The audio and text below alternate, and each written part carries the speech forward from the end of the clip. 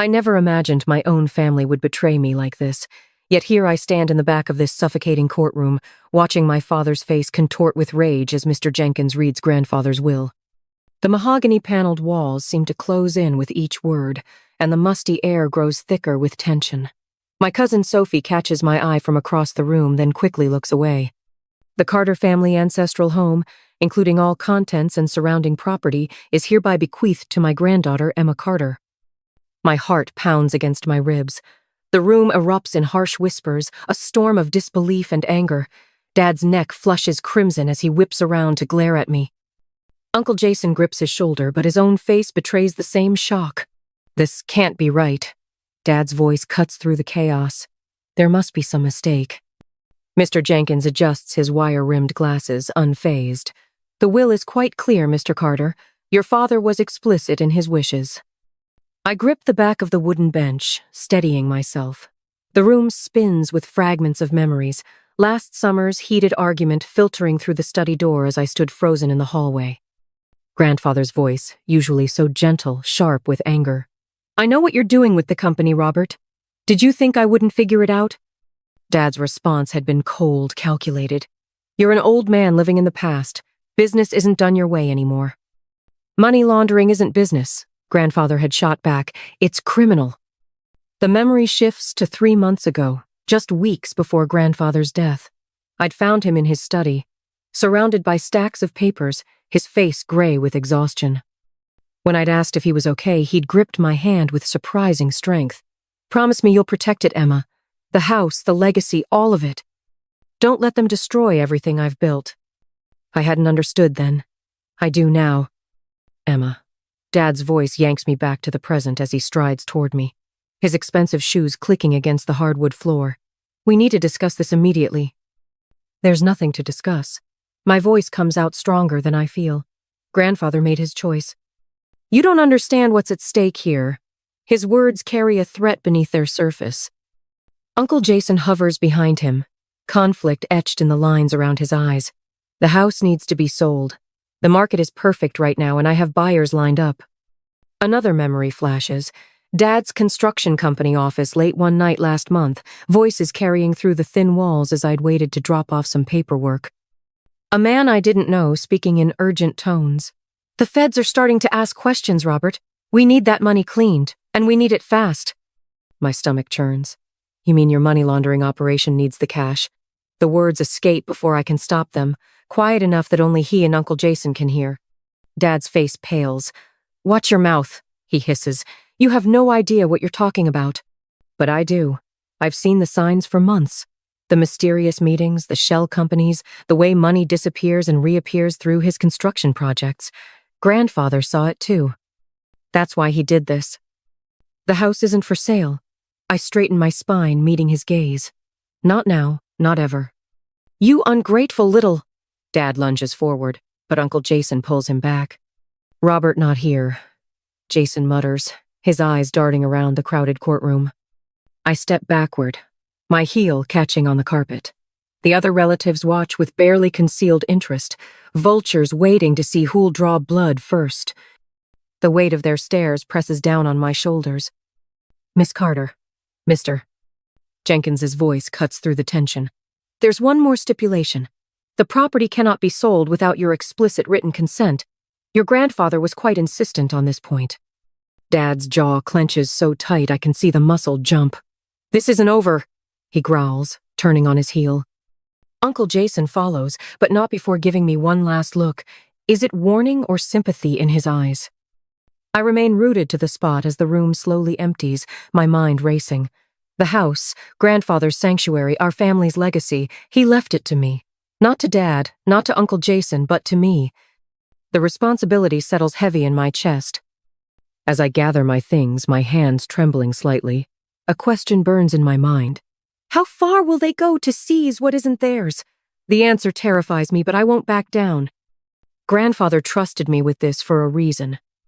Looking at the will in my hands, I know this is just the beginning. They won't stop until they get what they want, or until I stop them.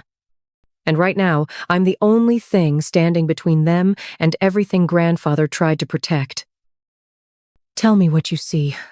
I lean forward in Olivia's office chair, my heart thundering as she examines the documents spread across her mahogany desk. The afternoon sun streams through floor-to-ceiling windows, catching dust motes that dance around us like tiny conspirators. Olivia adjusts her wire-rimmed glasses and holds the sale agreement under a digital scanner, her dark eyes narrowing. The pressure points are inconsistent. She taps the screen, zooming in on my supposed signature. See how the lines waver here? And here? She traces the air above two spots where the ink seems to hesitate. Your authentic signatures are more fluid. My stomach clenches as I compare the forged document to my driver's license signature. The forgery is too good. Someone spent serious money to make this happen. Dad's getting desperate. Desperate enough to commit fraud. Olivia's fingers fly across her keyboard, pulling up a digital analysis. Red markers highlight the discrepancies, damning evidence appearing in stark relief. This won't hold up in court. The house is still yours, Emma. Your grandfather made sure of that. A memory surfaces. Grandfather in his study, gripping my hand that last time. Promise me you'll protect it. Asterisk he knew. He must have known Dad would try something like this. Miss Martinez? Olivia's assistant appears in the doorway. Your 3 o'clock is here. Give me 5 minutes. Olivia gathers the documents into a folder, her movements precise and controlled. Emma, we have what we need to fight this. But you should know men like your father when they're backed into a corner. She lets the warning hang in the air. I nod, gathering my purse. I know. Thank you, Olivia. The cafe is nearly empty when I meet Sophie an hour later. She's chosen a corner table, far from the few other patrons. Her hands wrap around an untouched latte, knuckles white with tension. I got your text.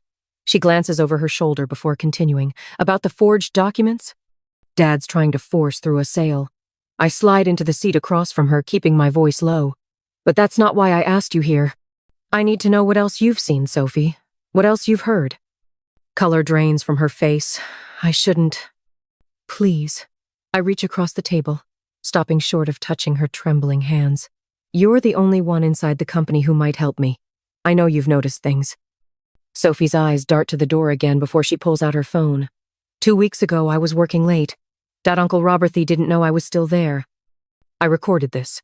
She slides the phone across the table, an email displayed on the screen. My breath catches as I read. The message is coded, but clear enough. Timeline accelerated. Buyers expect clean transfer by end of month. Jay has arrangements in place for secondary processing asterisk. I is Uncle Jason. Sophie nods. There's more. Check the attachment.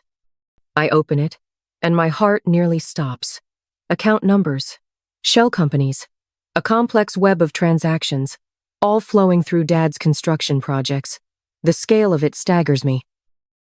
Delete it, I whisper, pushing the phone back. Right now, and Sophie. I meet her eyes. Be careful. Don't let them know you've seen this. She nods, fingers shaking as she erases the evidence. What are you going to do?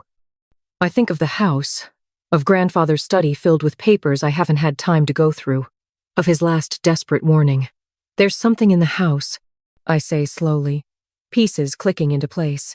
Something he left for me to find. That's why Dad's pushing so hard to sell it now. Emma. Sophie's voice drops even lower. I got an email yesterday, anonymous. It said there's proof in the house, hidden somewhere. She swallows hard. Proof of everything. My mind races. Grandfather was meticulous, always 3 steps ahead. He wouldn't have left me defenseless against this. The house itself must hold the key evidence that could stop Dad's operation cold. I stand, my chair scraping against the floor. I have to go. Be careful, Sophie calls after me, fear threading through her words. Uncle Robert, he's not just desperate. He's dangerous. The drive home is a blur of strategy and memory. As darkness falls, I park in the garage and slip into the house through the kitchen door. The study waits upstairs, shadowy and still. Somewhere in this room, Grandfather left his final weapon against betrayal. I just have to find it. On a dusty shelf, his laptop sits untouched since his death. My hands tremble as I lift it, power it on. Sophie's warning echoes in my head. Asterisk, he's dangerous. Asterisk, but so is the truth in somewhere in this house. That truth is waiting to be found. The anonymous email Sophie forwarded glows on the screen. I read it again, slower this time, parsing each cryptic line. Check the heart carved in the garden wall. Count 3 stones up, 2 across. The drawer that never opened he kept the key behind the loose brick. Asterisk. My pulse quickens. The carved heart, I remember it from childhood. Initials etched by some long-ago Carter. And grandfather's study drawer, the one he'd always kept locked.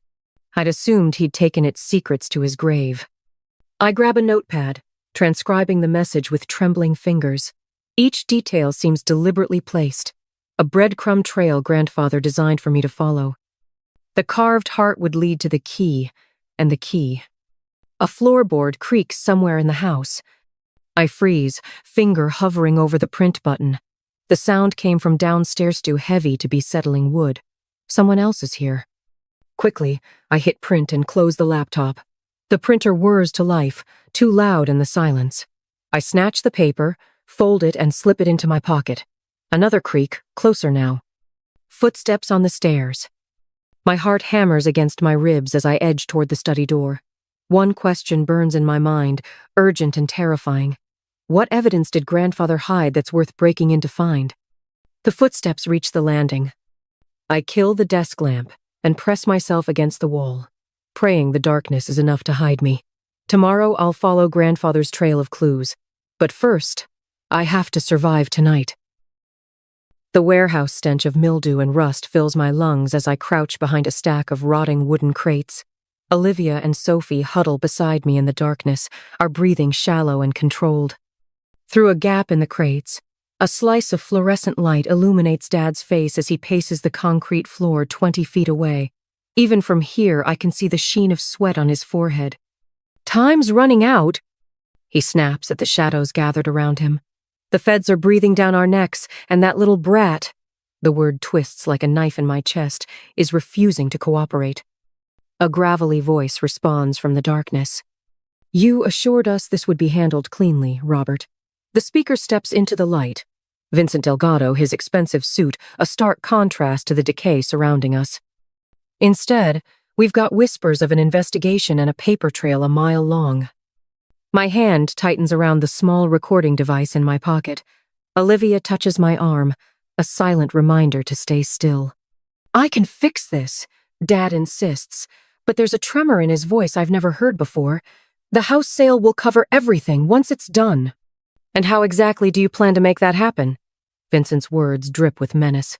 "Your daughter holds the keys now, doesn't she?" A muscle twitches in Dad's jaw. "Leave Emma to me.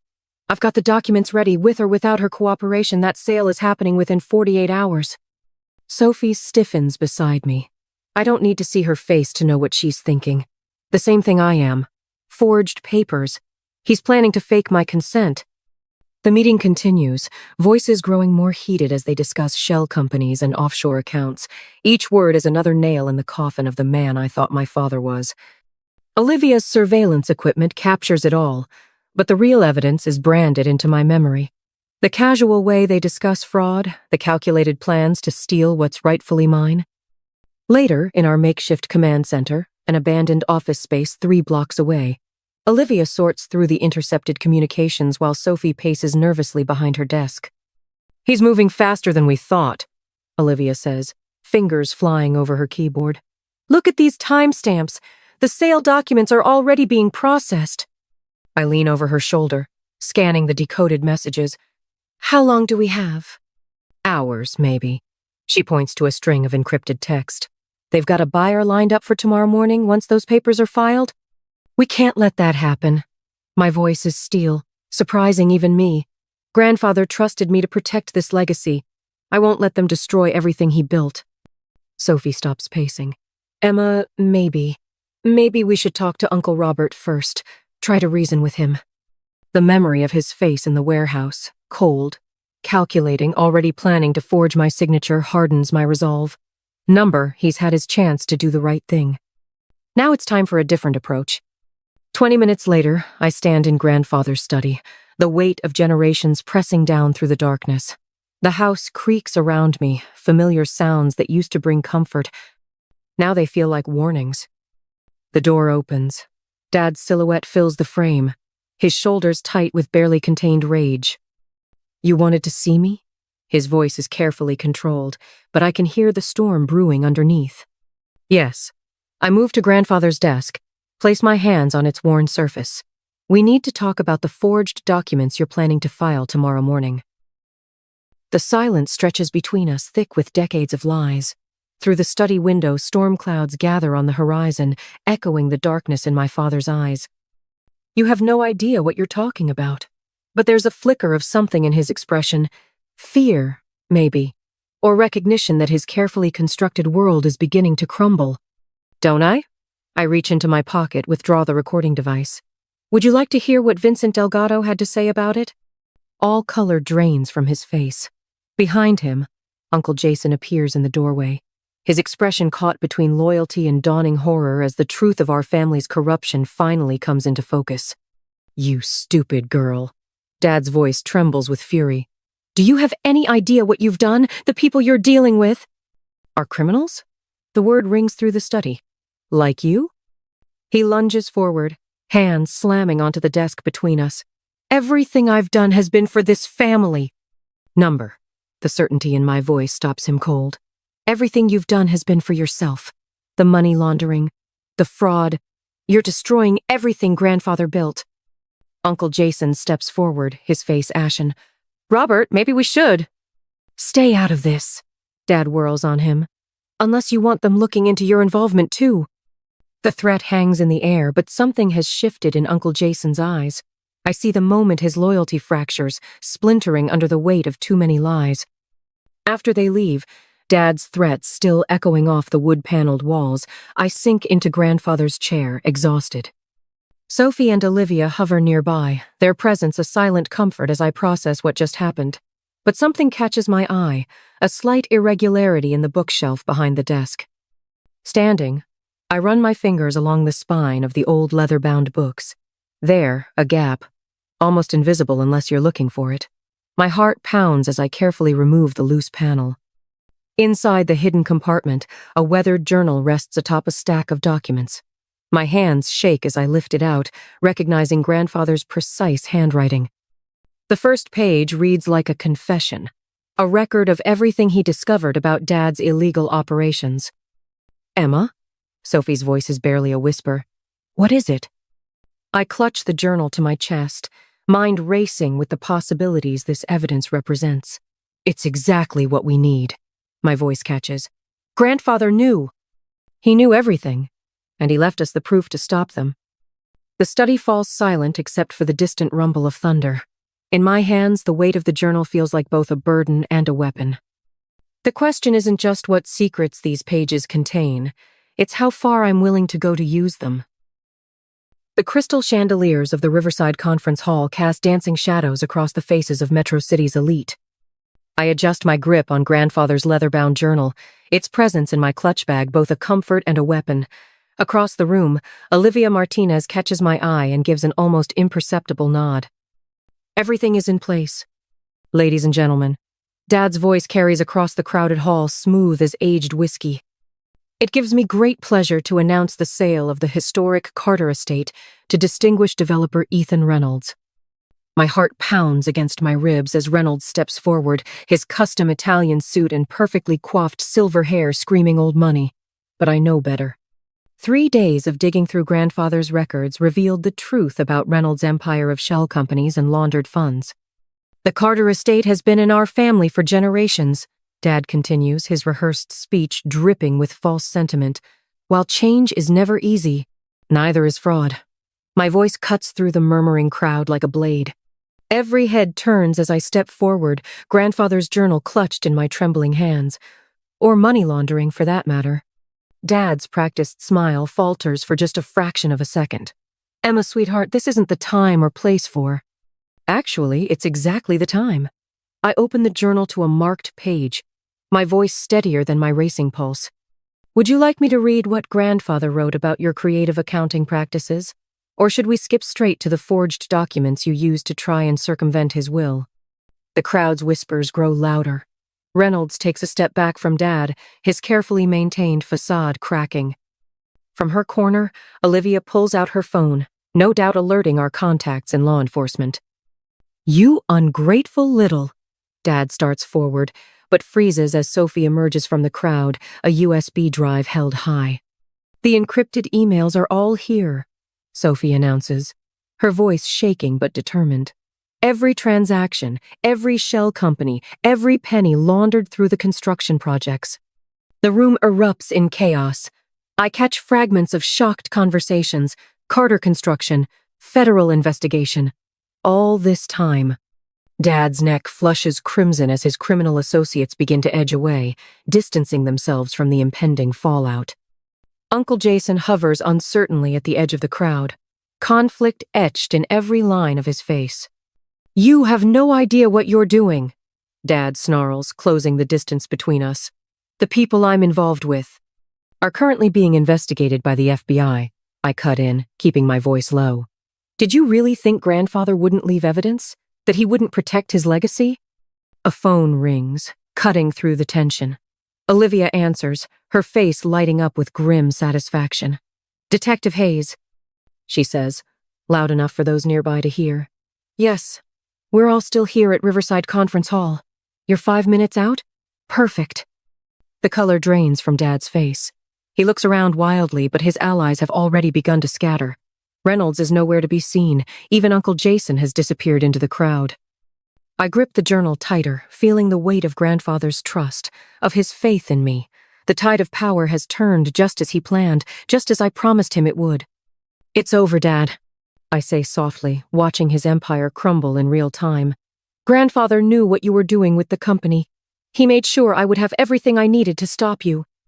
Across the room, I catch glimpses of dark suits and badges as law enforcement begins to filter in through the side entrances. Dad sees them too. His face contorts with a mixture of rage and fear that makes him look like a stranger. "This isn't over," he growls, but the threat in his voice rings hollow now. I think of the house, Grandfather's sanctuary, our family's true legacy.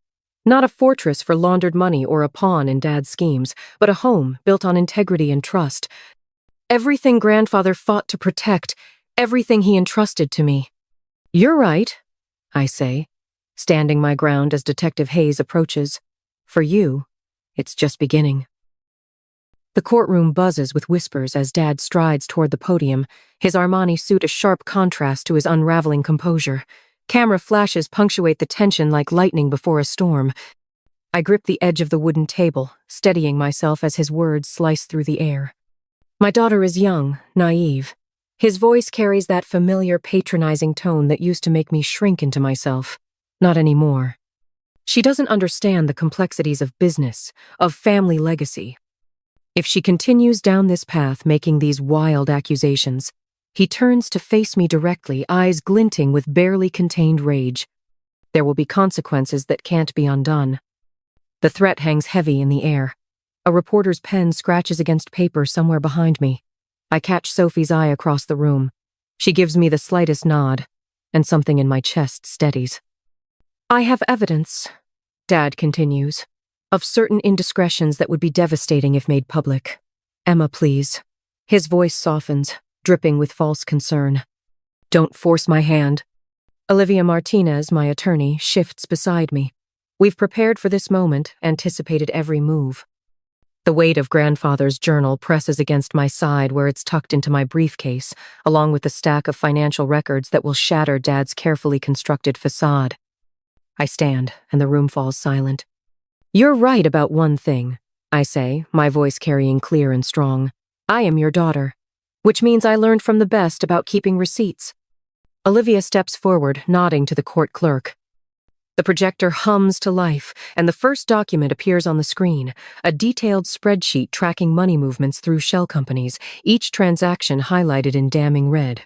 This is a record of funds flowing through Carter Construction's subsidiary accounts. Olivia explains, her professional tone masking the bombshell she's dropping. Note the pattern of deposits and withdrawals, each carefully structured to avoid detection. Dad's face drains of color. Uncle Jason, seated in the front row, leans forward with widening eyes. "But that's just the beginning," I continue, pulling out Grandfather's leather-bound journal. "This contains detailed observations of every suspicious transaction, every late-night meeting, every shell company created over the past 5 years. Grandfather didn't just suspect what you were doing, Dad. He knew. He documented everything. The journal trembles slightly in my hands, not from fear, but from the surge of adrenaline coursing through me. Dad takes a step forward, his composed mask cracking. "You're making a mistake," he hisses, low enough that only those closest can hear. "Everything I did was to protect this family's future." "Number," I meet his gaze. "Everything you did was to protect yourself." Olivia advances to the next slide. Copies of forged documents bearing my supposed signature, authorizing the sale of the house. The evidence we've gathered laid bare for all to see. Gasps ripple through the courtroom as she methodically explains each piece. The forensic analysis proving the forgery, the intercepted emails discussing the scheme, the network of offshore accounts waiting to receive laundered funds. Dad's criminal partners shift uncomfortably in their seats. I recognize some of them from those suspicious meetings at the construction office. Men in expensive suits who now look like they're calculating their fastest escape routes. "Miss Carter," Judge Reynolds' voice cuts through the tension. "These are serious allegations. Mr. Carter, do you wish to respond to this evidence?" Dad's jaw clenches so tight I can see the muscle jump. The same tell he had that day in the study with Grandfather. His silence speaks volumes. "Your Honor," Olivia continues, "we have Detective Marcus Hayes of the Financial Crimes Unit present and prepared to testify about the ongoing investigation into these matters." Something snaps in Dad's eyes. He spins toward Uncle Jason, who's already half rising from his seat. "You told them," he snarls. "You spineless." "Order!" Judge Reynolds' gavel crashes down. But it's too late. The carefully maintained veneer of the respected business leader crumbles as Dad lunges toward his brother. Courthouse security moves in swiftly, and I watch my father, the man I once admired, once feared, being restrained as Detective Hayes approaches with handcuffs at the ready. The cameras flash faster now, capturing every moment of his undoing. I remain standing, my heart pounding, but my voice steady as I speak one final time. "The house stays in the family, Dad. Just not your version of it." Uncle Jason rises slowly from his seat, his face ashen. The entire courtroom holds its breath as he makes his way to the center of the room. His hands shake as he straightens his tie. "I need to make a statement," he says, voice rough. "About the forgery. About everything." His eyes meet mine, filled with a mixture of shame and relief. "Emma's telling the truth. I helped Robert create those documents. I watched him build this whole scheme, and I did nothing to stop it." Sophie steps forward next, her heels clicking against the hardwood floor. "I have testimony as well, Your Honor. Dates, times, conversations I witnessed. The threats made against Emma when she refused to comply." The room erupts in chaos as Detective Hayes moves forward, officially placing Dad under arrest. The charges ring out clear and damning. Money laundering, fraud, conspiracy, forgery. Each word, another nail in the coffin of his reputation. I watch as they lead him away, his shoulders finally slumping in defeat. The man who once towered over my world now seems smaller somehow. Behind me, I hear the rapid-fire clicks of camera shutters, documenting every moment of this public reckoning. The judge calls for order, but I barely hear him. My mind is already racing ahead to what comes next. The questions that will need answering. The legacy that will need rebuilding. Grandfather's words echo in my memory. "Promise me you'll protect it, Emma. The house, the legacy, all of it."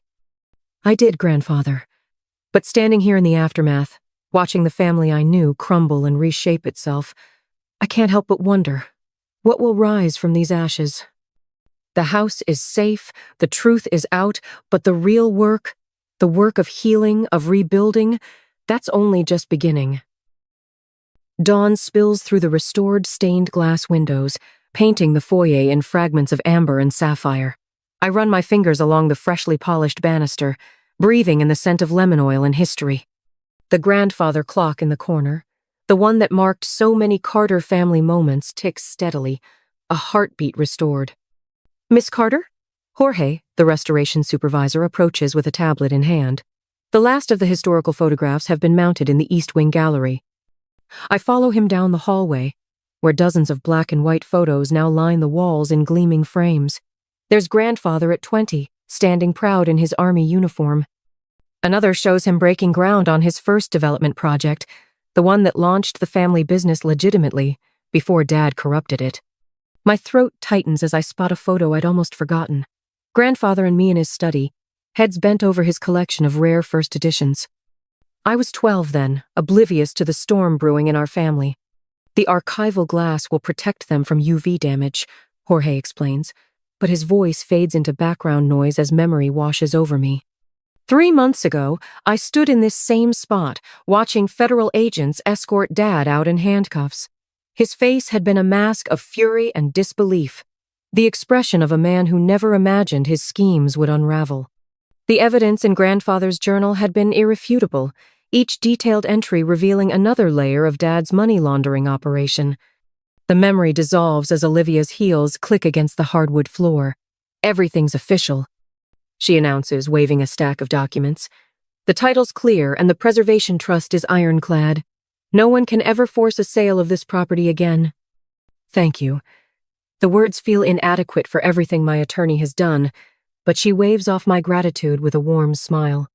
Sophie appears in the doorway, a box of old photographs in her arms. Found these in the attic. Thought they might fit the gallery.